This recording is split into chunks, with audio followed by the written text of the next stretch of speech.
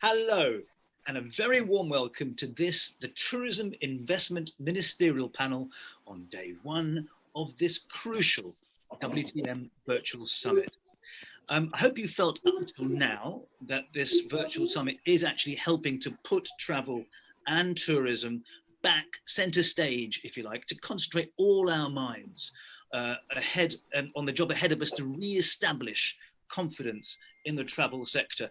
My name is Rajan Datar. I'm a BBC presenter and broadcaster specializing in travel, and it's my pleasure to welcome some of the sharpest and most constructive players in the world of tourism. Our theme now is rethinking the global travel and tourism industry with a comprehensive recovery plan, encouraging innovation and investment to rebuild destinations. In a sense, in terms of the future, it's the only question in town, I would argue, but how do we get there? Our speakers are, number one, the Honourable Edmund Bartlett, Minister of Tourism for Jamaica and founder and co-chairman of the Global Tourism Resilience Crisis Management Centre. He's a huge figure and a leading spokesman on the global stage in the world of tourism. He has to leave early, I have to say, for a cabinet meeting. I hope it's important, Edmund. And so I will top load the questions towards him at the beginning. We also have Her Excellency Shaikah Al-Khalifa, previously Minister of Culture and Information at the Kingdom of Bahrain, and now President of the Bahrain Authority of Culture and Antiquities. His Excellency Nayef Al-Fayez, Minister of Tourism and Antiquities in Jordan. Tourism is a critical sector there. It accounts for 14% of the kingdom's GDP. And Mr. Al-Fayez has served as tourism minister, I believe, on 3 separate occasions over the last decade, and most recently in 2016. And we also have the Honourable Elena, Kountoura, member of the European Parliament and former Minister of Tourism in Greece. And a very popular one at that, I believe. She campaigns on tourism and poverty and is a member now of the European Parliament Task Force on Tourism, calling for EU-wide uniformity on testing and hygiene. And we'll get into that during this session. Now, don't forget, you can ask questions. You should see the questions box on your screen. So get asking at any point throughout this session. Now, to set the ball rolling, I want to welcome first a man who has overseen several crises in his time as UNWTO General Secretary General even, and now he's a champion of global tourism. His role here is, in a sense, to lay down the gauntlet to politicians here and elsewhere. So, Taleb, Rifai, hello. Hello, how are you? How are you, John? Well, there you are. Nice to see you. Good to see you always. We have been hearing statements from ministers and tourism leaders already today, all saying they want to help the travel industry. But do I sense there's a general frustration with governments from people who work in the industry about the lack of a unified approach to things like health protocols and rapid testing? Do you sense that? Very much so, very much so. I think every minister that's around us here would confirm with that. It's not easy to satisfy the private sector now. The private sector is under tremendous pressure, Rajan. And the pressure is due to the fact that tourism is the most hit industry in this crisis. There is no travel, there is no tourism, and travel has stopped completely because of Corona. Now, what governments need to do is something different, something completely out of the box thinking. Governments are now taking matters into their own hands. Unfortunately, Elena, I have to say this, international and regional organizations are doomed to become irrelevant nowadays more and more. EU is not able to function as an organization now the way it should be, the way people are expecting it. The EU is not also, the AU, the Arab League, any organization that's around us, even the UN altogether, you don't hear their voices at all. It's boiled down to each government by its own. Now governments have that responsibility to rebuild the international system. It's going to be rebuilt from bottom up. Again, I'm sure about this. But it's going to be a better building, I'm sure, a more fair, more equitable building. Because I believe completely that, like the Chinese say, the Chinese have the same word for crisis and opportunity. It's one word. They don't use 2 different words. There is an opportunity, great opportunity coming out of this crisis. And one of the opportunities is that the new world we're embarking on is going to be a better world. Tourism is going to play a central role in it. Like all other times, tourism is going to come back and bounce again. But it will bounce in a new way. It will be a completely different setup. And governments have a great responsibility now. Mr. Fayez knows this. I'm in constant touch with him. He is struggling so much to bring the private and the public sector together. Intentions alone are not enough. He knows that. You need to act. You need to act right now. You need to, first of all, keep the businesses alive. That's number one. Keeping businesses alive means you have to pump in money or create some work for the business to do. Otherwise, businesses are going to disappear. They are under tremendous pressure as well. Then after that, you should concentrate the next step on regional and domestic tourism. That's the second point. Because without regional and domestic tourism, there is no tourism. You're not going to jump directly into international tourism. The whole definition of tourism now is an opportunity to redefine it once again. I believe the issue of domestic tourism is a matter of principle to me. It's not just a matter of need, because we need it now. A country that's not enjoyed and not traveled through by its own people cannot be and should not be enjoyed by anybody else. It's a matter of principle to me. It's an opportunity for us to restate the facts in a much better way. So once you do that, you go into international tourism as step number 3. So step number 1 is keeping the businesses alive. Step number 2 is domestic and regional tourism. Step number 3 is international tourism. That's how it's going to be rebuilt again. Let's not forget that states in Europe, for example, 75% of their traffic is domestic to start with. So only developing countries, that many of them are around us here, depend so much on foreign and international tourism. I think that dependency has to be reduced somehow. Now, we know very well that domestic tourism is not like international tourism. It doesn't bring in hard currency. It doesn't fix the balance of trade, but it does keep businesses alive and does keep jobs alive, which is important. Now, that requires from governments to speak to the private sector in a different way, because the private sector is not used to, especially in developing countries like Jordan, like Bahrain, even Greece, although Greece is a developed country, and Jamaica. The private sector is not used to considering domestic tourism yet as valuable. They need to think in a different way. You need to be approached in a different way, to think outside of the box. Packages have to be different. You have to speak to people in a different way, to speak to people by your own language. Promotion is not going to be in English anymore. It will be in Arabic, in Jamaica, and in Greek. That's how it is. Okay. I think that governments are under tremendous pressure now. Yes, I agree with that. Thank you. Thank you, Taleb. A lot of strong comments made there. Taleb's going to hang around and be in there as a provocateur, if you like, but I think we need one really in the situation. Now, obviously, a lot of the ministers, well, most of the ministers here are from countries that receive tourists more than they're a source market, if you like. They're in a different kind of boat from the major power ministers, but nonetheless, these points have to be made, and we'll hopefully try and get to some answers here, because I want this to be solutions focused. I don't want to spend too long looking at the pain we've all suffered. I want to look for an overview and get to the nub of this. So let's just go around the room quickly, if you like, or the rooms. Edmund, first from Jamaica. How has the travel sector in your country been impacted? And more importantly, what are the key plans for recovery? Edmund, don't forget Jamaica cares.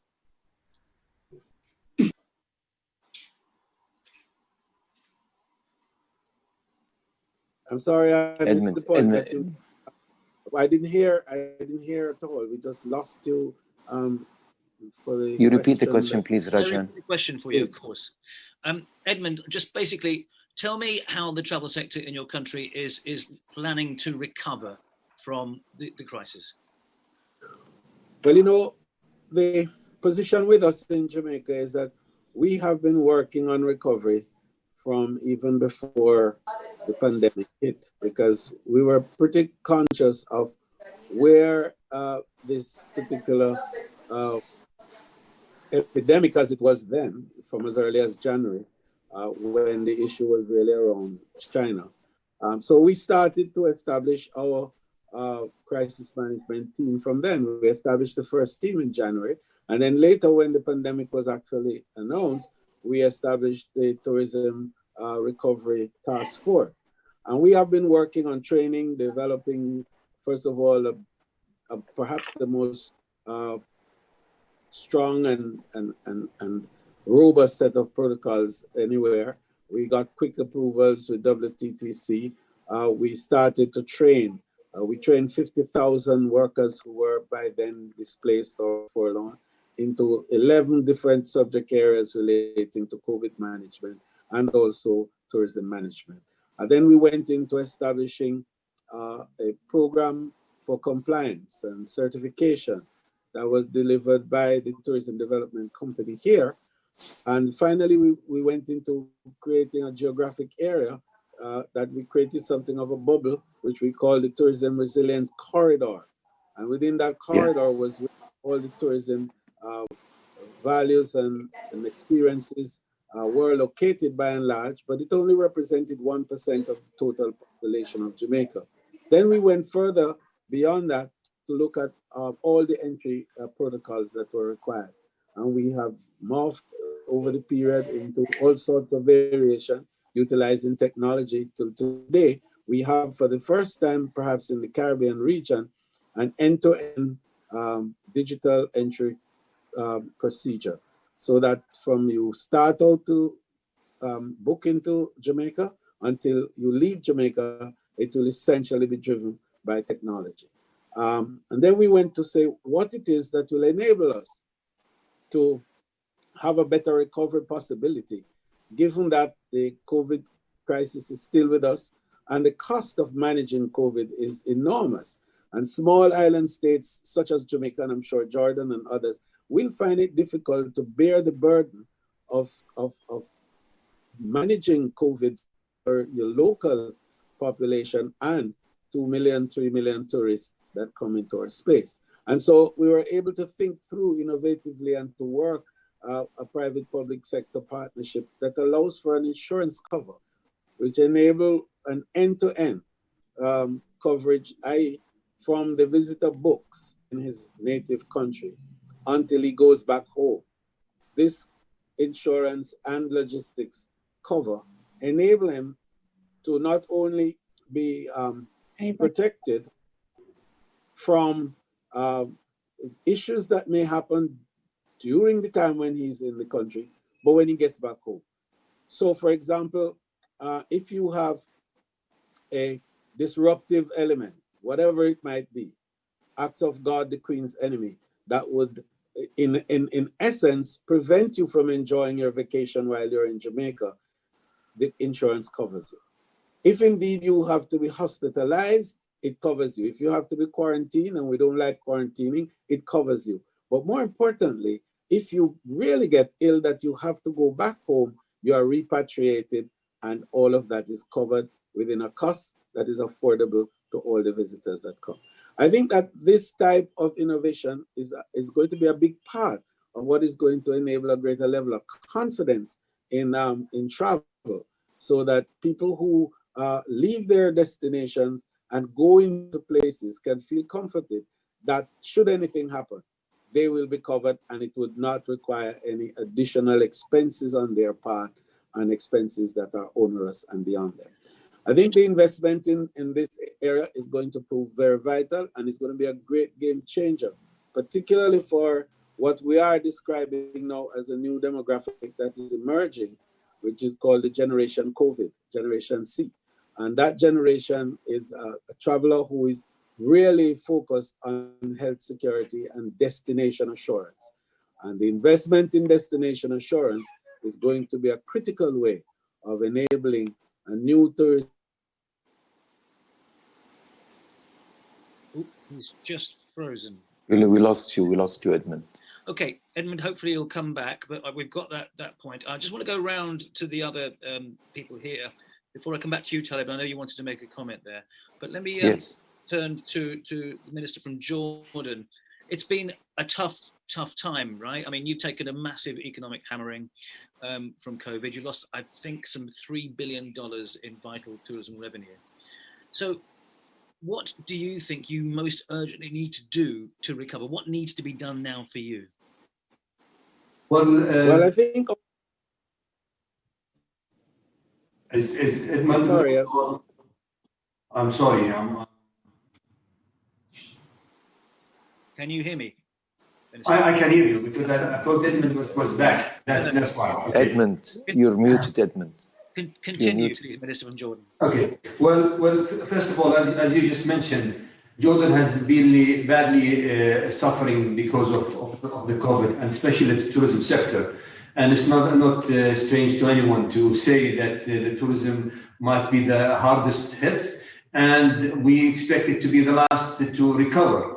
And because of that, we had to come together as a sector. I mean, not only the government and the private sector, because today, as Taleb has mentioned and Edmund has mentioned, is how do we keep the industry alive? So, we cannot afford in Jordan to start losing the private sector, which is essential for our tourism industry. And this is the biggest challenge we are facing today. How are we going to be dealing with that? It is really tough for a country like Jordan, I'll be very frank with you, especially with a country that economically cannot give support to the private sector, financial support, like Europe. I look at Europe and I hear all the time that they have allocated such budgets for the countries to support the different industries.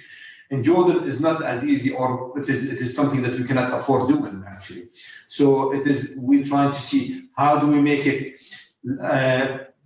at least painful to the private sector, so that they can go on and continue.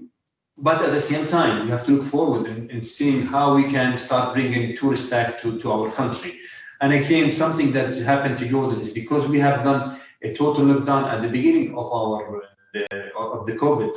Now, after it started opening, we opened our airports. We created a platform which is very easy to be used, which can be used by locals or tourists or whoever want to come back to the country, to Jordan, can go through it, and he can go through the procedure even for the testing and so on. So we have worked on some technology to help people coming in, but we're still, I'll be very frank with you, we're still struggling with the issue of the quarantine, because we're faced between, okay, we're having cases that we have never heard of.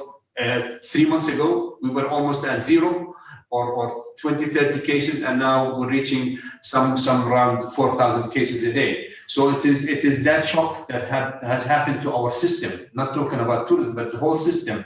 So for us, we are faced with double challenge. The challenge that is something that a lot of people have gone through at the beginning, and they had to go through it through 6-7 months. And for us, it's all of a sudden happening only recently. So we're dealing with that and trying to get best practices that we can show that tourism can still start coming in. Of course, the protocols are in place. And the protocols, we have worked with different entities to put certain protocols. I think even the protocols that we have worked on and we are seeing implemented still need to be updated. We need to learn from others. I'll be very frank with you. We do not have to reinvent the wheel. We have came up with good solutions, with certain solutions, but they're not enough. I think we have to work with different entities. We have to work with other countries, see what has worked for them, and also take it. For me, it will be a tool for me to come and convince my government or to convince my other colleagues in the cabinet that this is something that is doable. Because look, certain countries have done that, and look at the numbers of cases that they have according to the protocols and the procedures that they have taken into place. So again, many challenges, but that doesn't mean that we should not move forward. We are moving forward. What we are trying to do again is keeping the private sector alive. We're trying to keep the private sector maintaining the workforce that they have invested in the last 10, 20 years, which are essential for our tourism industry. And this is one of the biggest challenges we today is how do we convince this private sector to keep it? And they want to keep them. They don't. I'm sure they don't want to let them go because they have invested for so many years with them. But again, it is a struggle between keeping them and surviving. So it's not easy. I'll be very frank with you in Jordan here, but I'm sure we will make it. We have gone through tough times before, but we will, with the help of others, with the help of our colleagues, and with the help of people like Dr. Taleb, Edmund, and other colleagues, Elena, and so on, we can come up with solutions how to keep the private sector alive and survive this critical stage. Because once we overcome this stage, which is that I think we're coming towards the end of it, then we can start coming back and having them at least work so that they can maintain what they have. One point, if I may, what Dr. Taleb mentioned, in Jordan, we have never focused on local tourism. Foreign tourism is extremely important, especially for foreign currency and so on, but we never focused on local tourism. So this is a shift that we had to also to give to the private sector, that this is something that we need to work on. It has worked with some, and unfortunately it has not worked with others. So it is something that we need to work on. Of course, then comes the regional tourism, and then comes international tourism. But without having the local tourism, let's say, as the exercise, we cannot move forward also with other tourism. Okay, thank you. I just want to cut you short because I know that Edmund has to leave quite soon. So I want to keep going, and we'll definitely return to that aspect of relying on international, if you like, tourism more than local. And that, in fact, applies to you, doesn't it, Shaikah, in Bahrain? Because you actually, I think 66% of your tourists come from Saudi Arabia. You're joined by bridge to Saudi Arabia. That has meant that you have been okay relatively in this terrible pandemic. Is that true? It was less harm than the other because the regional center, the regional tourism, it's different. But until now, they didn't open the bridge tourism only for a reason. You can travel from Bahrain to Saudi or the opposite if there is a reason to go. Is it clear, the voice? Yes, very clear, very clear. Go on. Okay. So, and we are lucky in Bahrain because Bahrain is a small country and we control, and we started very early to deal with this crisis. And to be honest, thanks to His Royal Highness, he led the campaign to control the situation. And during the crisis, we discovered a lot, we discovered the positive side, that the small businesses in Bahrain, the creative industry flourish. A lot of a new project came because of the crisis. And we focus right now, to encourage our local people to visit our site, to buy from our local craft made in Bahrain, and even the new dishes they created, to discover that there is something very special, chocolate in Bahrain. We never try to buy anything from our own country. We always receive everything from outside. And because of the situation, the young businessmen or women, they create a lot of creative industry, and they have a wonderful platform through the social media to announce or to promote their own product. So this is the positive side. So we should focus more, or our people on our side, and encourage them, because I think in the coming future, most of the tourism will be from the region. As Dr. Taleb said, this is, it's a fact for the coming 2 years. I think most of the tourism will be domestic, and even we can encourage our own people, the local,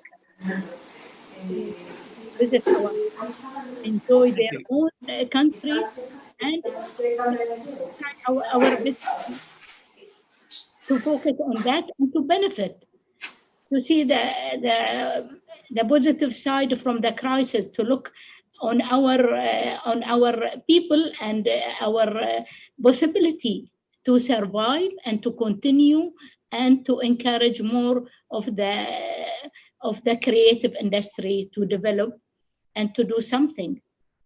Okay, I will pursue those points in greater detail. I know that cultural and creative tourism is a very big, important part of your future in your view.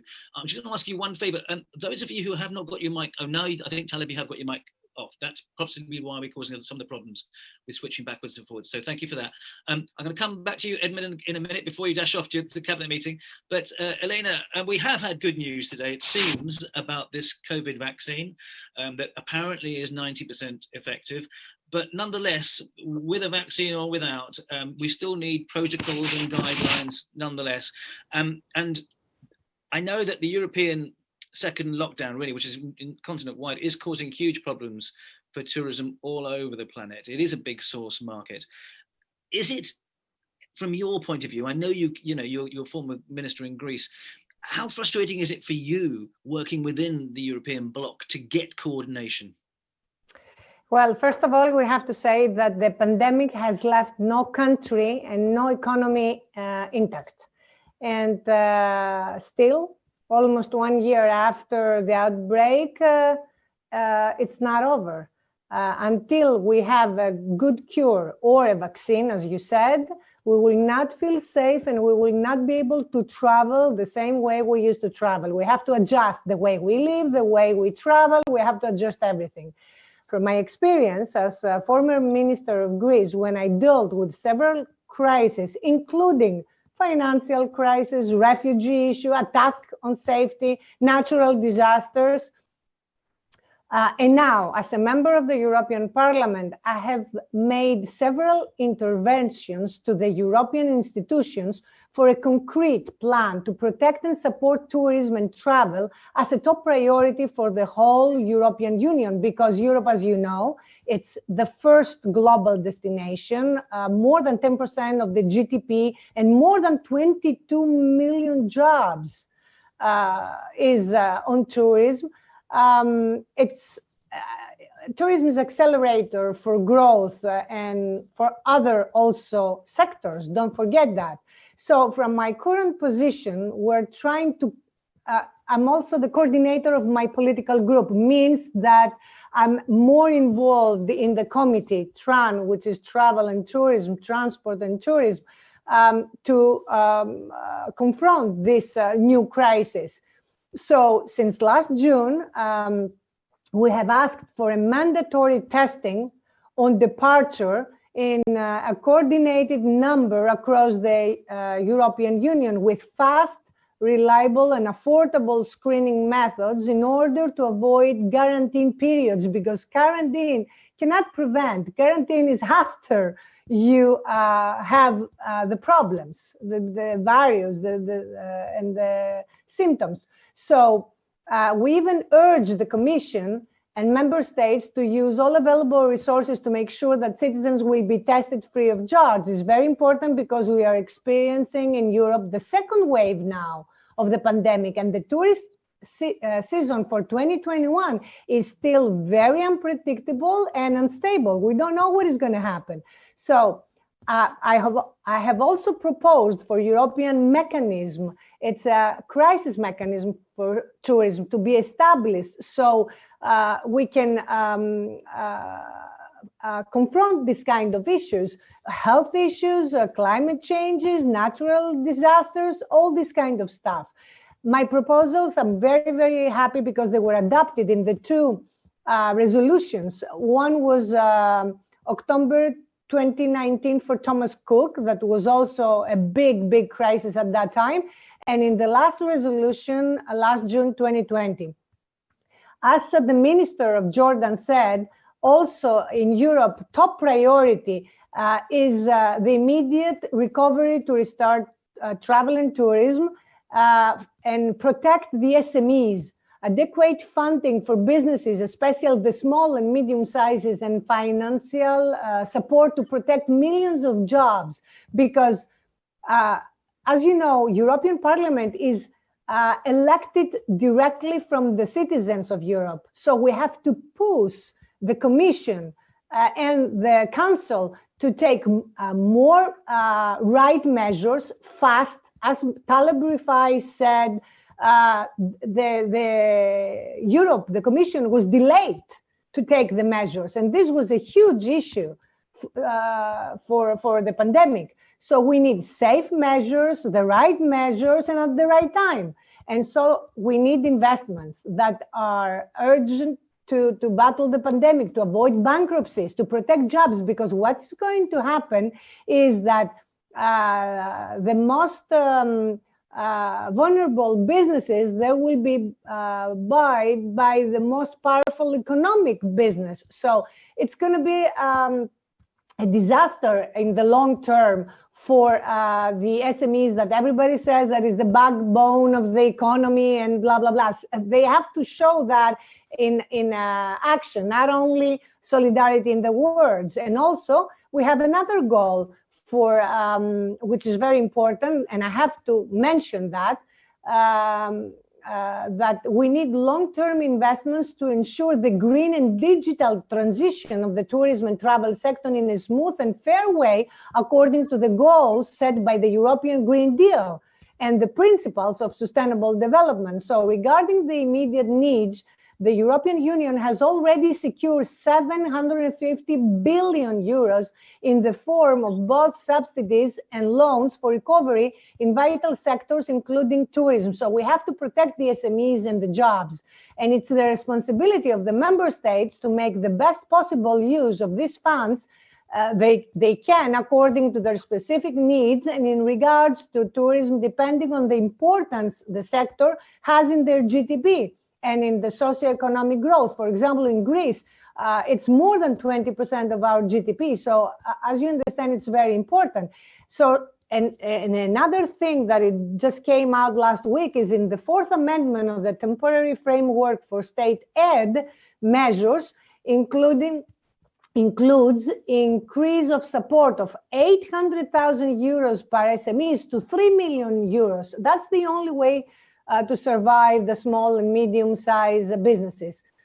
By closing my statement, I have to say that pandemic emerges as the accelerator of other changes that we expected before the crisis, but in a slower pace. The sector's digital transformation, which is an urgent issue, as technology, research, data, and artificial intelligence. I have to say, though, that the alternative of interior tourism, it's very important, and also thematic travel experiences such as ecotourism, agrotourism, medical tourism.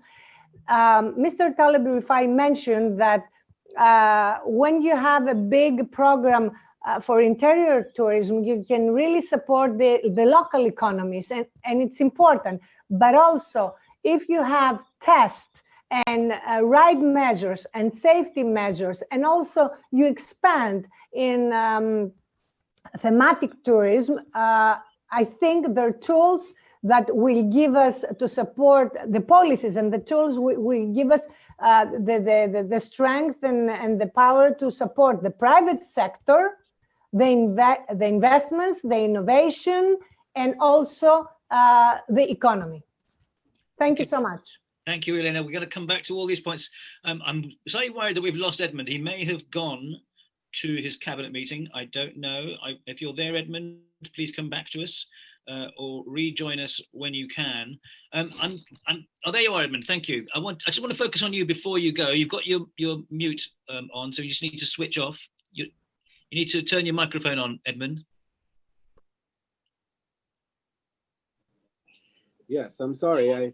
Thank you very much, team. I crave your indulgence. I'm running between cabinet and also a virtual trade show that we're doing here, our annual JPEX. So I'm sort of multitasking. Okay, well, I'm going to. But I really wanted to. Go on. I wanted to come on responding, in fact, to the recovery drivers. And I do think that Taleb has touched on three key ones, and Elena has spoken to the whole business of multilateral support.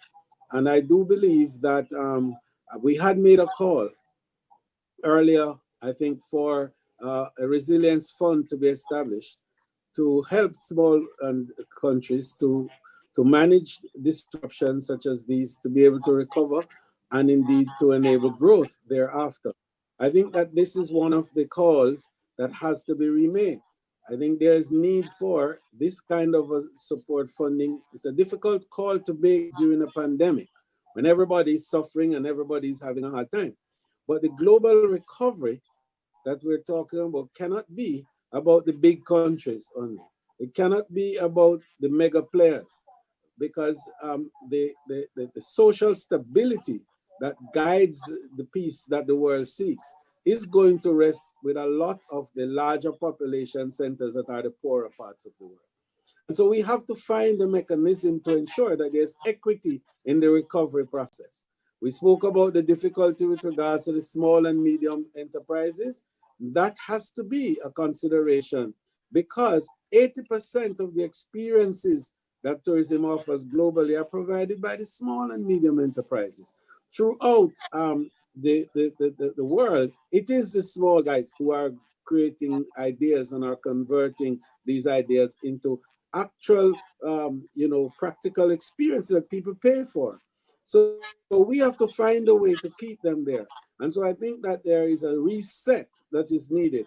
And hopefully post-COVID, with COVID, will enable us to innovate and to think, to use technology to enable a wider sense of what is possible to make sure that there's a greater equity and inclusiveness in our recovery process. And I wanted to make that strong point about inclusiveness, because that's what's going to keep the world going. Tourism is still going to be the centerpiece of global peace and security. And it cannot happen if there is inequities within the system. I understand, Edmund, but you mentioned your frustration about the mega players. The trouble is the mega players at the moment provide an awful lot of the international traffic of tourism, unless you change the paradigm a little bit and perhaps rely more on local and domestic tourism. Do you see that as being a possible route forward? Well, domestic tourism, as the minister from Jordan correctly said, for small countries such as ours that are highly tourism dependent, is a difficult call. We don't have the critical mass to support domestic tourism at any level at all. And so we have to rely on international tourism as the basis on which we will move forward. So this we come back to the partnership that we must manage to create and to carve with the bigger players, the large countries that are the source markets. And I think that we are going to have to carve out some moment of international discussion. There perhaps is need for an international engagement at this time at the level of tourism. And UNWTO, and I hate to be critical, and WTTC and so on, have to find a way to come together to create that unified world platform that will enable us to look at tourism recovery in a broader sense and to enable the inclusiveness of which I speak. But they are also hampered by the fact that the likes of the USA, up until now anyway, Europe, China, Russia, whoever, the big players, as you call them, they are not really focusing on this issue as much as you would like. Can the likes of the WTTC and the UNWTO really have the leverage to make that change? Well, firstly, I think that tourism and travel together, not tourism by itself, tourism and travel together is a powerful incentive for bringing these together, because most of the economies of these bigger countries are now being damaged significantly by the fall off in tourism and travel. And I think that they're beginning to realize that the jobs are falling away and not coming back, that the movement of goods and services are stymied as a result, that the airlines can't fly only on commercial cargo, that they have to move human cargo as well to make it happen. So these are realities that are going to force a better understanding of why tourism has to be brought into the middle of the recovery exercises that we must have. So, and again, we come back to where the markets are. For the big countries, the small countries are still the market. And there will be no economic activity in these small markets for the goods that are driven by the larger countries unless we bring back what makes those economies grow, and it is travel and tourism. Just one last point to you, Edmund, because I know you have to leave, but just this, again, this issue of coordination when it comes to security protocols, because the point is, and Elena mentioned this, quarantine is basically stopping an awful lot of European people from traveling. It's not even a question of security testing so much, it's quarantine, it's the fear of coming back and having to spend 2 weeks or whatever in this country. Is there not a way that can be in the short term, before we get the vaccine rolled out and whatever else, is there not a way in the short term that can be coordinated better, at least creating more bubbles? Right. Now, we have been working hard with the science, and every day we hear something new, of course. And one of the things that concern us is that the big items to manage this pandemic seem to be wearing of masks, social distancing, sanitization at all levels, and quarantining and or isolation, i.e. stay at home.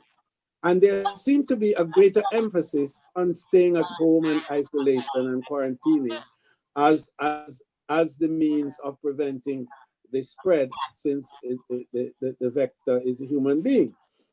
So we have a real issue, dealing with that. Now, I understand that there is a softening of position with the WHO in terms of the timelines for quarantining, lowering it from 21 days to 14, and now we're hearing about 10 days. So with more technological advancement, and with Pfizer coming out with a vaccine that they claim is 90% accurate, quote unquote, and others are coming, chances are we will see a more liberal approach to quarantining. Other countries like the UK, who have looked hard at quarantining, have also tried to put some numerical measure to indicate that if you get a trigger point of 1 in 100 or 10 in 1,000 or 20% of 10,000, whatever, that makes it possible for you to not have to quarantine or not have to quarantine for a long period. I think that all of us are caught into this one problem of determining what is the Protean move, what is the appropriate number, how do we act to make sure that the balance is right. Quarantining, unfortunately, may be with us a little bit, and that is a deterrent. It is a deterrent. But I think that as the technology improves and as our own ability to manage better grows, we are going to be able to reduce the level of quarantining and see more seamlessness in terms of the movement of people across the board. Okay, thank you, Minister. Please stay as long as you can. You're obviously very welcome, but if you do disappear... Thank you very much, team, and I'm really grateful to you for your patience bearing with my thoughts over these last few minutes.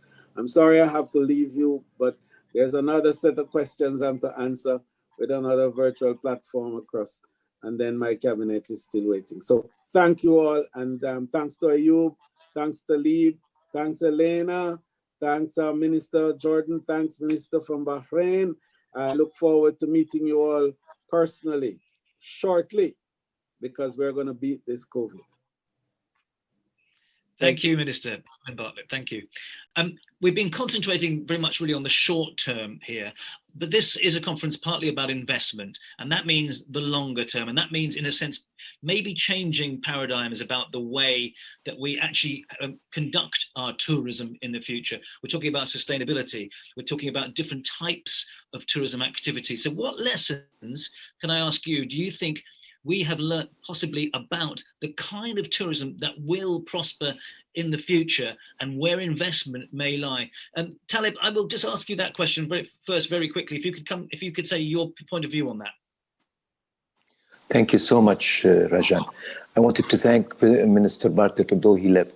He's one of the greatest ministers I had. I mean, I'm not surprised that he had to leave us because he has so many things to do. So is Elena, so is Nayef, so is Shaikah. All of them have done great jobs. Elena, I'm very proud of you, really. I mean, the European Union is very lucky to have a lady like you there.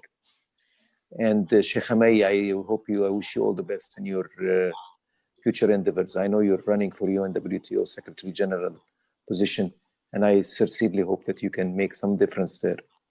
Now, Elena said something very important, which is feeling safe. Feeling safe is very important now to get tourism pumped again. And if you don't get the tourism going, you don't get investment. Investment is connected to an activity.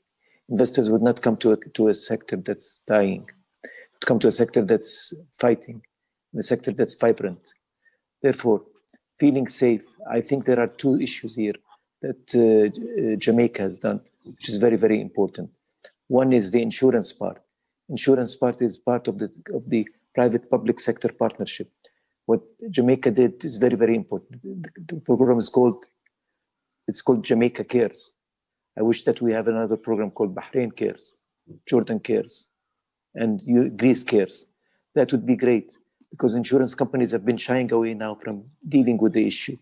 And the insurance companies can, I know that their program, you pay $40 on your ticket before you travel to Jamaica, and you're insured on all of that.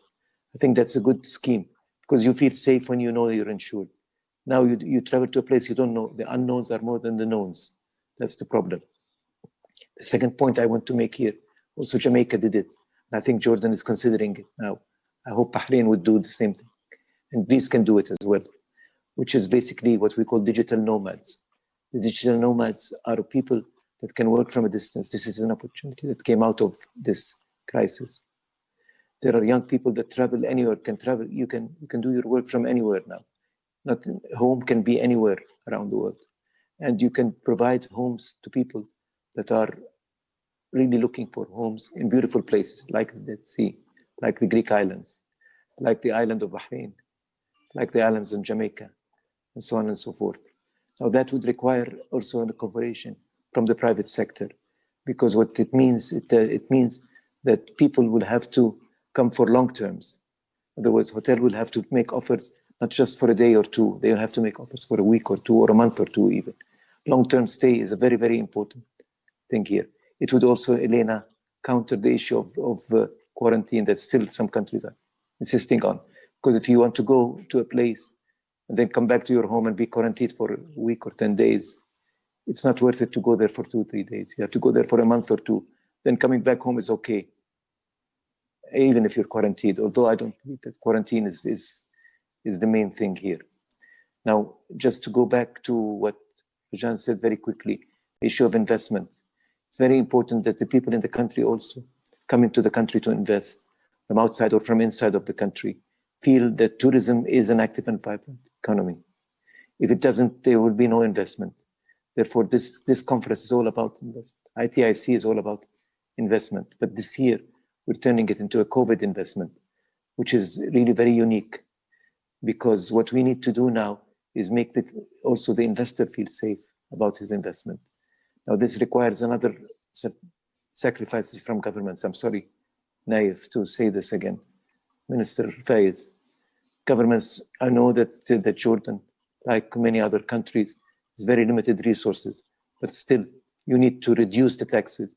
You need to reduce the bureaucracy. For example, digital nomads need a different type of visa to come to the country. They cannot come for a country like a tourist. They're coming to stay there for long periods of time. So you need to reduce the fees. You need to reduce the taxes. You need to become more attractive to investors. That's what we'll hear in the rest of the conference tomorrow and the day after. Thank you. Thank you, Rajan. Thank you. Minister, in Jordan, let's look at that, because obviously with Petra, with the Dead Sea, with Wadi Rum, all those magnificent, internationally attractive places, you are very much relying on that. But in terms of future investment, I know you've got something going on right now with the Dutch. There's some big tourism project happening there. But in terms of how you, in the future, change tourism, what can you see there? What will you start to do more of? Well, definitely, I mean, we have to continue what we have done before, but we have also to look at other opportunities, as you said and Taleb said. Let's talk about filming tourism, which has starting, really shiny in the few years in Jordan. But now, even with the COVID incident and what's happening, we took opportunity of this. We said, because they're going to come to the country, they will spend more time. And we have been successful in bringing people to come and do that. But again, this is a new segment that we're introducing. Medical tourism, Jordan is leading in the region in terms of medical tourism. So we also looked at that, how we can push in the medical tourism sector, where we can bring in more tourists to come and get treatment. And with the COVID even, it's something that you don't have to worry, because he is going to be coming and immediately taken into the medical care. So these are two things, but I would like to focus on nature, and Jordan has worked on this, especially with the Jordan Trail, where we have established this trail throughout the country from north to south.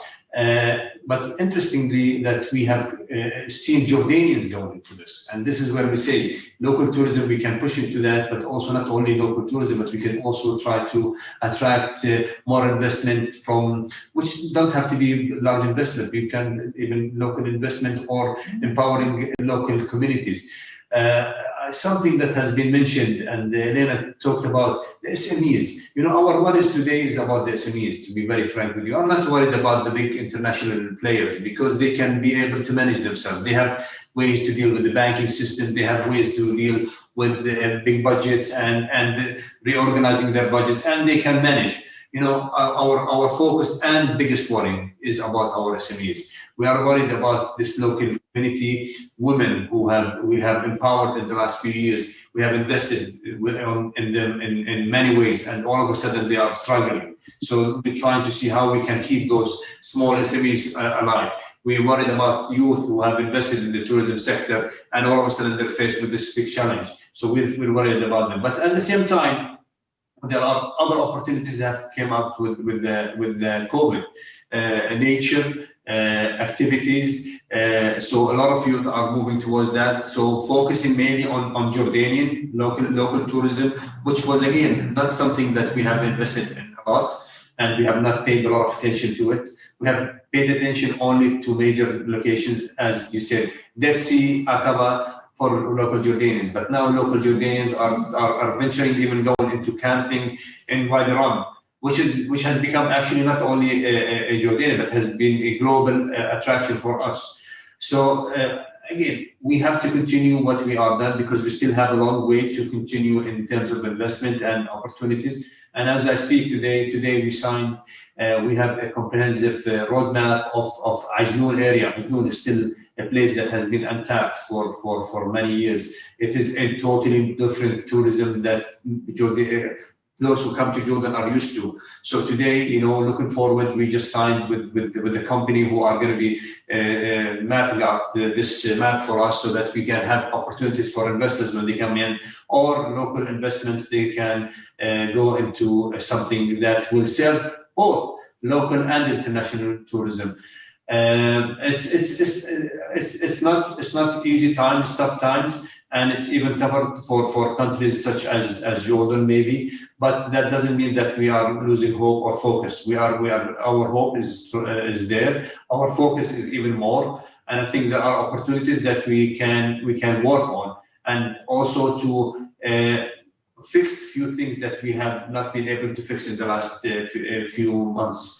If I may say, I just visited Datar last 2 weeks ago, and as I visited it, there's a lot of construction that's happening there in terms of things that we were not able to do if all the tourism was there. So preparing for what's coming, taking into consideration that we have to keep that preservation of this nature, of this important location, and also enable tourism to be an added factor into the area. So it's development for the local community, and at the same time, it is preparing for tourists when they come back. So again, there are a lot of work that has to be done.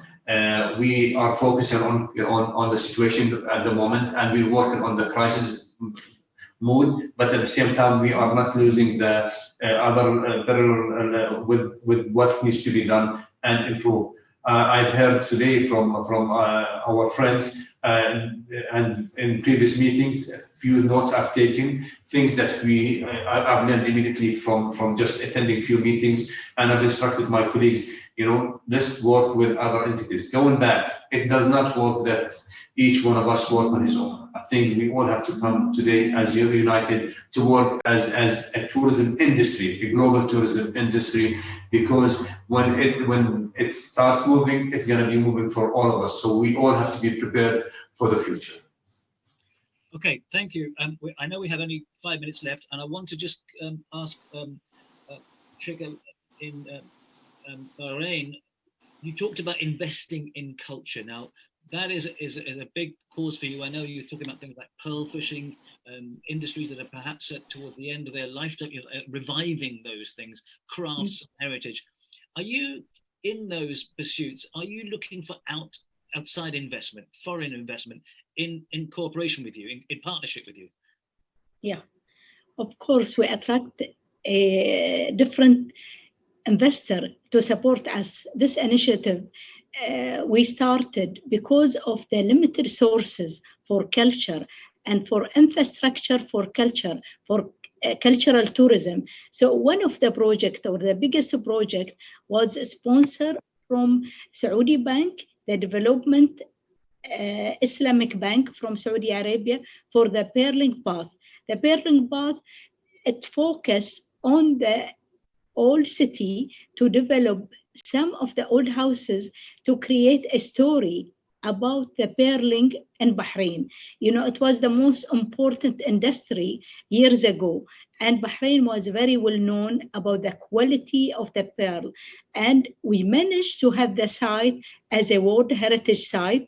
And lately, last year, we have the award of Aga Khan because of this project. And we managed to attract the people to go back to their own old city and to discover the city, and on the other hand, to open a new businesses. For example, a restaurant, a craft, and a lot of things. I think the project, it will be finished end of 2021, and it will attract a lot of people to visit Bahrain. We are waiting to complete the whole project. It's around 3.5 kilometers, starting from the sea and reach downtown Muharraq. And I think it will be the most important project for cultural tourism.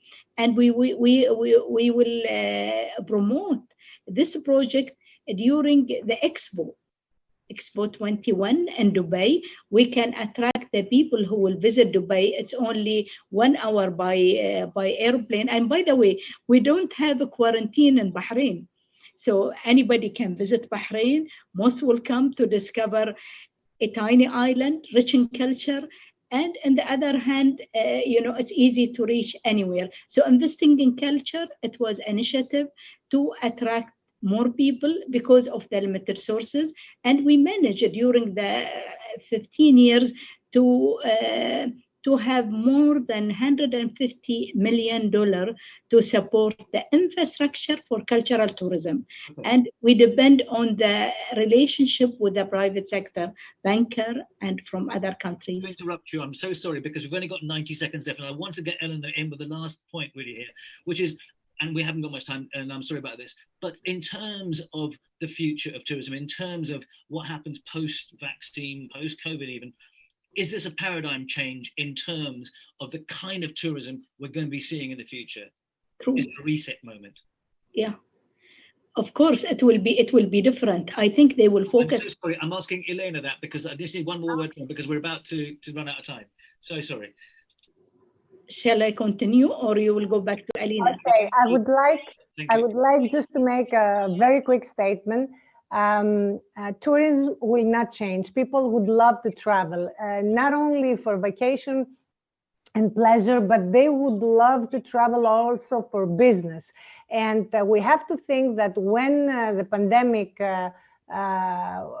will be confronted and we will find the cure or the vaccine, things will go back to the way we used to travel, of course with different rules and of course with distance and maybe with more safety rules that actually they have to be coordinated and be the same for everybody. I will totally agree that all the investments, they will restart again in different countries, different ways, like culture or health, wellness, history, but at the same time, authentic experiences.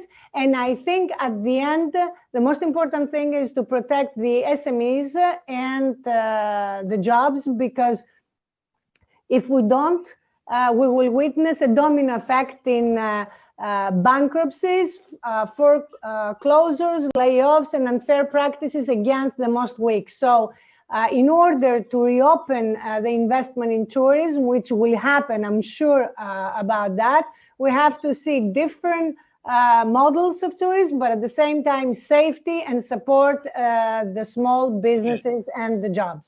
Elena, thank you very much. You've made your point really clear. Lots of stuff there, loads of stuff. And unfortunately, we run out of time, as per usual. So many ideas, so many things to talk about, which hopefully will continue over the next 2 days. Can I thank my panel? You've all been fantastic. The conversation continues. And as we all know, tourism definitely continues. Thank you very much indeed. Thank you. Thank you.